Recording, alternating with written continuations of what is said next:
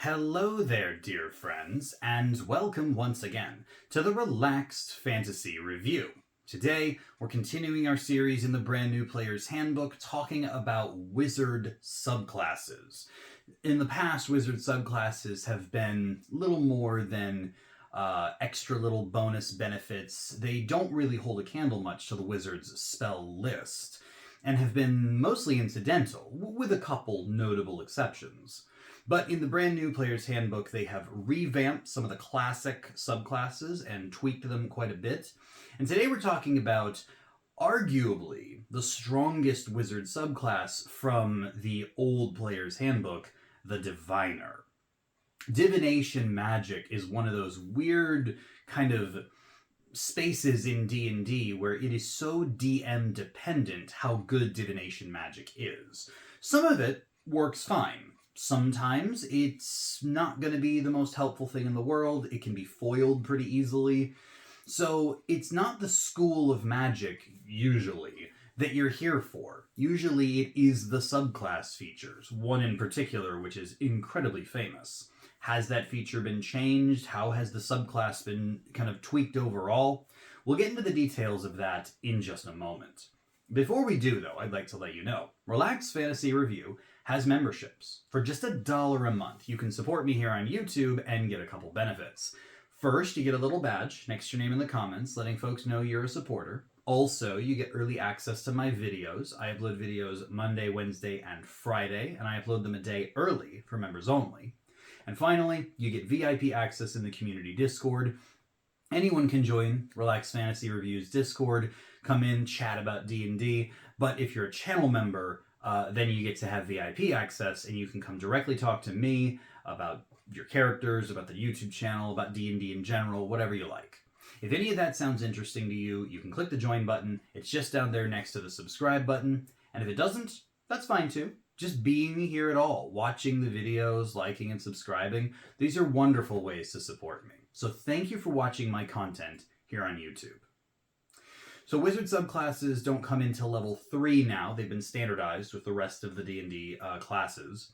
So at level 3, you get a couple features. Firstly, you get Divination Savant. All the new or all the tweaked 2024 subclasses get a feature like this, and it's much better. Now you're looking at, instead of getting just cheaper copying of spells into your spell book, now you get a couple free spells from the Divination School of Magic when you get the subclass, and then from then on, when you add spells to your spell book, when you level up, you get to add an extra one from the Divination School.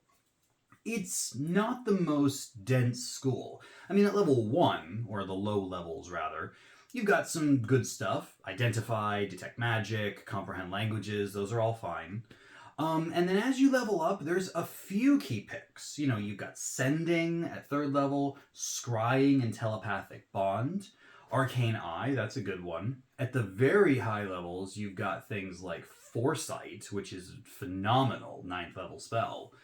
But then there's that kind of gap in the middle, like the spots where you're looking at things like True Seeing and Telepathy and spells that are fine, but they're not the most powerful in the game. They will come in handy sometimes.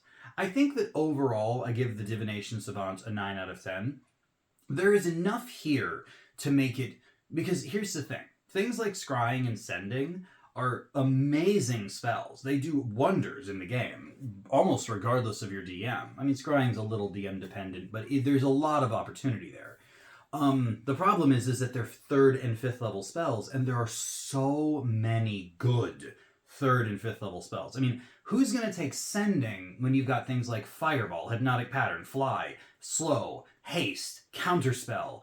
There are so many powerful ones that picking up Sending feels almost like a waste. Now you're just going to get it. And that's good. I think that's a really, really solid feature. And you're always going to be able to grab, 1 or 2 solid divination spells from every level of play that will improve your game that you normally wouldn't want to get. So I'm going to say the 9 out of 10. But that's not usually why people are here. Usually people are here for the feature Portent. Portent is an incredibly strong feature, and it's not complicated at all. At the beginning of the day, when you finish a long rest, you get to roll 2 d20s. You look at those d20s, whatever they are, they're just a flat roll, no modifiers, and you store them. So let's say you rolled a 5 and a 13. You now have a 5 and a 13 tucked away for later in the day. When you see a creature nearby rolling a d20 test, an attack roll, an ability check, a save, whatever, you can just say, don't roll that, you get this instead. So if, let's use that hypothetical 5 and 13.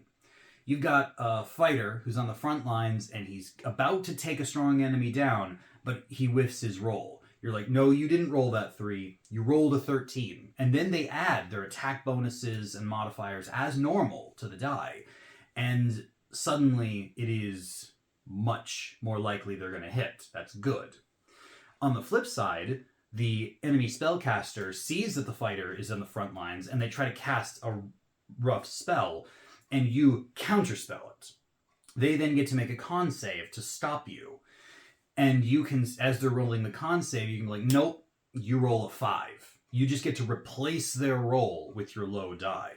And suddenly they are probably going to fail their save, and then your counterspell will work. In both cases, whether you have a decently good or high roll, it's great if you roll a 20, because then you get to make someone auto crit, which is awesome.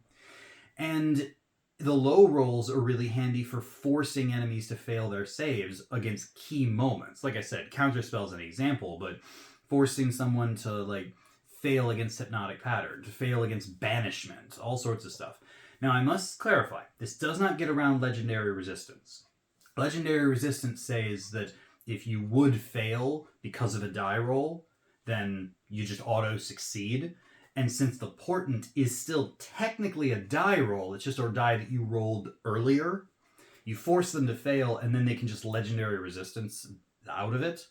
That does still work. So you can't get past this with bosses, but with most creatures, this is something that many people consider broken in D&D because it bypasses one of the core mechanics, chance. No matter how powerful you are, you can still roll a 1 and fail a save, miss an attack. It doesn't matter what your modifiers are. And no matter how much you suck at something, you can always roll a nat 20, at least on an attack, and, crit something. Even if you're not proficient and you suck at a weapon, a 20 will still hit and crit. This is important because portent skips all of that. There is no more chance. You know what you're going to get on the die, and it makes you twice per day almost omnipotent in your power. Almost. It is one of the strongest features in D&D. In the old days, it was such a key factor of the divination wizard. People would take 2-level dips into wizard just to get this. Now it will take 3 levels, but still, it is absolutely 10 out of 10. And it is one of the best features in the whole game, regardless of class or subclass. Then at level 6, you get Expert Divination. This one says that when you cast a divination spell with a 2nd level spell slot or higher, you regain a spell slot of 1 level lower, or of a level lower than the slot you expended. And the one you regain can't be higher than level 5. So this means that if you are, mid-level play, you've got 6 level spells, and you've cast a few already today, let's say you've thrown a fireball out there or something, and then you have to use Arcane Eye or Scrying or something like that, this means that you'll get your expended spell slot, that fireball I was talking about, back. There is some hypothetical discussion I've seen online as to whether or not you can cascade this. If you use lots of your spell slots, and all you've got is a 6th level one left or something, you can cast something like True Seeing, and that gives you a 5th level spell slot back. And then you could cast Scrying, which gives you a 4th level spell slot back. And you can cast Arcane Eye, which gives you a 3rd level spell slot back. And you can kind of cascade down. This is a hypothetical thing, which I don't think is really going to happen very much. Most of the time, you cast a divination spell because you need that spell specifically to accomplish something.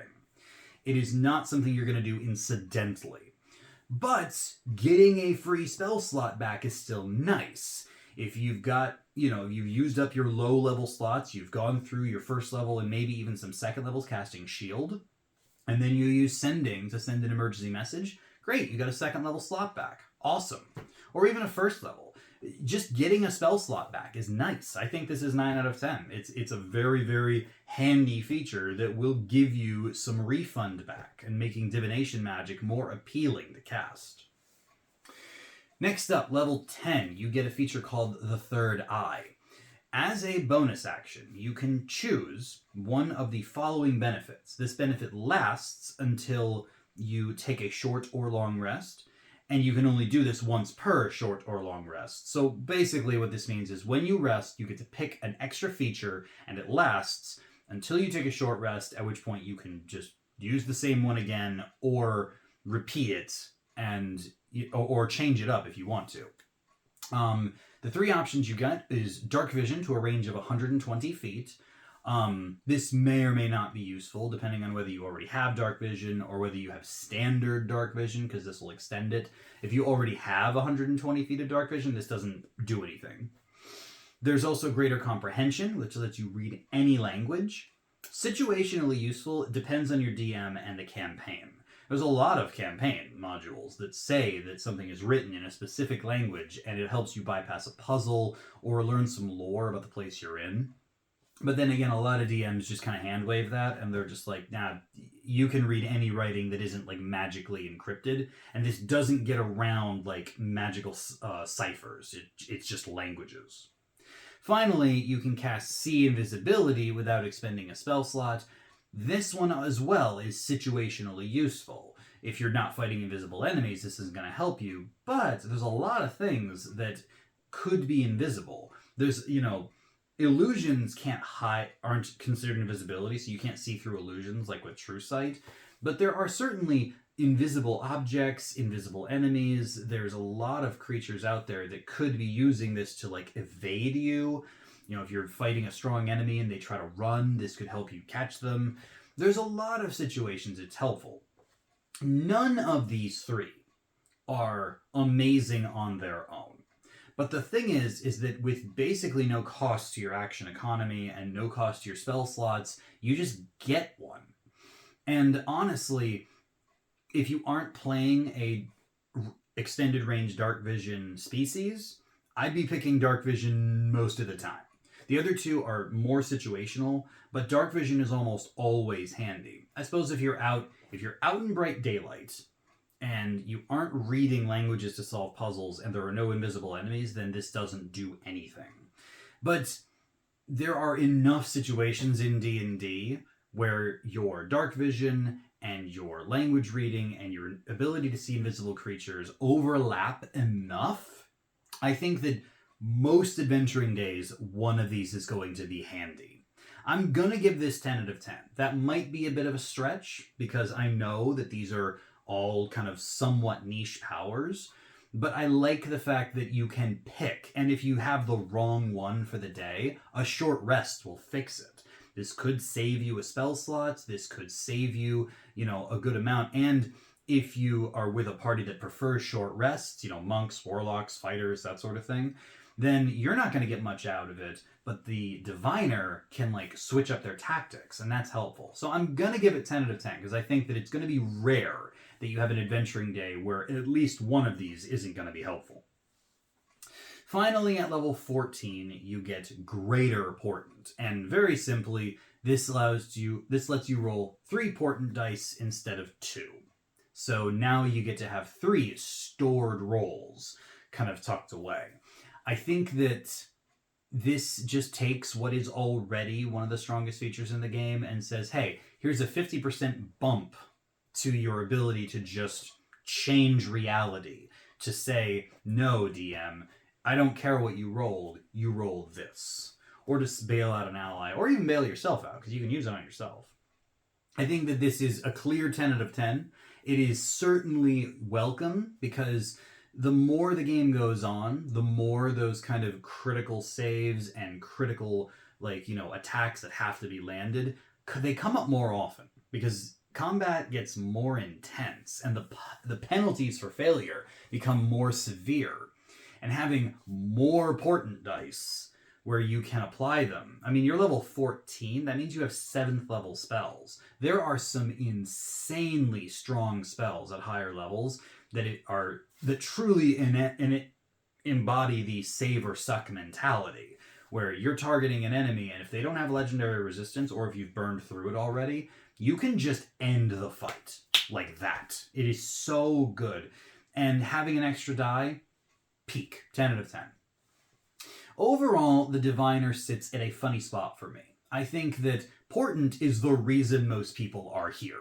Like, it is great, and it is worth a subclass choice, unless, you are in a situation where you're not in constant peril or whatever. But even then, this helps you power through ability score checks too. I think that Portent is really, really strong, and the rest of the subclass is often overlooked. And I think that's a shame.